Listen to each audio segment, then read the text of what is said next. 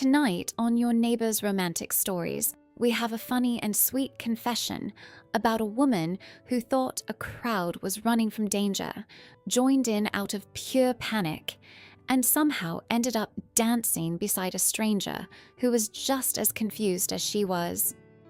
I accidentally joined a flash mob because I thought people were running from danger. My name is Chloe Bennett. I'm 27 and I'm from Australia.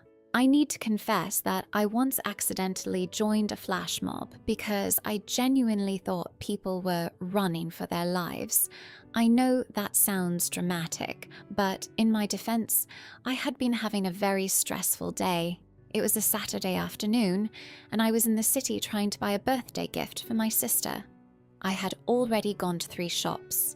My shoes were rubbing my heels, and I was carrying a paper bag that kept hitting my leg every time I walked. I was tired, sweaty, and one minor inconvenience away from giving up and buying her a candle like everyone else. I stopped in the middle of this open plaza to check my phone. There were people everywhere, families, tourists, office workers, teenagers taking photos, and one man dressed like a statue who scared me every time he moved. Then music suddenly blasted through the plaza. Not quiet background music, loud music, the kind that makes your whole body jump before your brain has time to understand it. At the exact same time, a group of people near the fountain started moving quickly. From where I stood, it looked like they were running. My first thought was that something bad had happened. I did not know what. I just saw people rush forward, arms moving, bodies turning, and my anxious little brain decided this was a survival situation. So I ran too. I did not think. I just grabbed my shopping bag tighter and moved with the crowd. A man beside me did the same thing. He had brown hair, a green jacket, and the same confused panic on his face that I probably had on mine. We both ended up in the middle of the plaza, surrounded by people who were suddenly clapping, spinning, and stepping in perfect timing. That was when I realized nobody was escaping anything. They were dancing. I froze for half a second, but by then it was too late. The crowd had closed around us, the music was still going, and people with cameras were filming from the edges. The man in the green jacket looked at me. I looked at him. We both understood at the same time that we had made the exact same stupid mistake. Instead of leaving, which would have been the sensible thing, he lifted his shoulders like he had accepted his fate. Then he tried to copy the dancers. Badly. So badly that I nearly dropped my sister's gift. His arms went left when everyone else went right.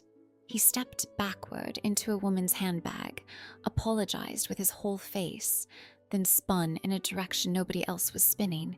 It was so awful that my panic completely left my body. I started laughing, then I tried to dance too, which was even worse. I had no idea what the steps were, so I copied the closest woman in front of me. Unfortunately, she was clearly one of the best dancers there, and I had the coordination of a folding chair.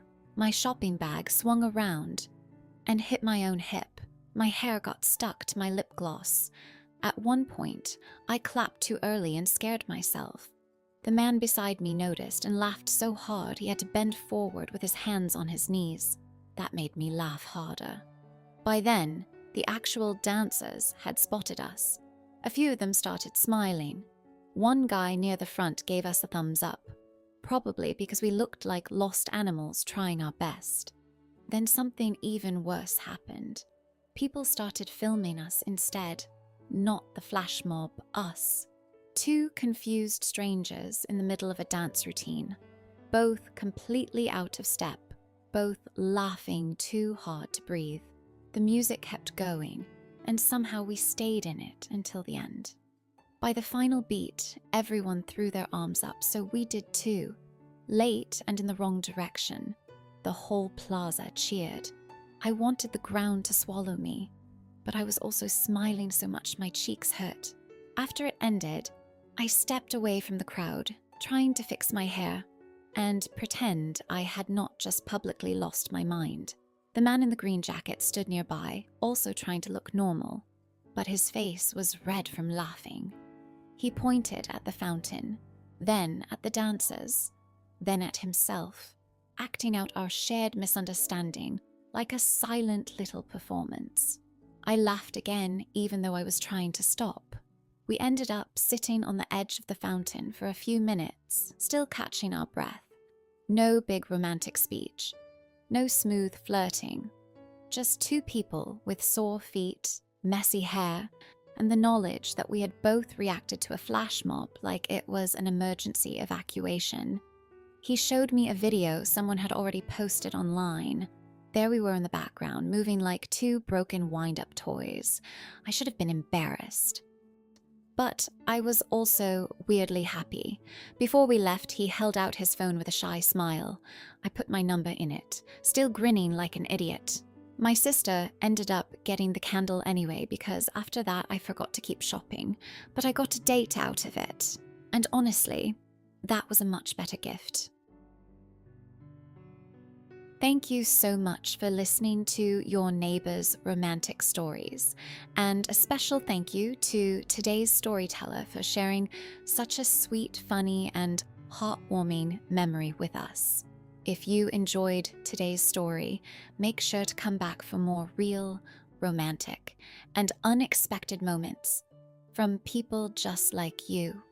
Until next time, keep your heart open, because your own love story might be closer than you think.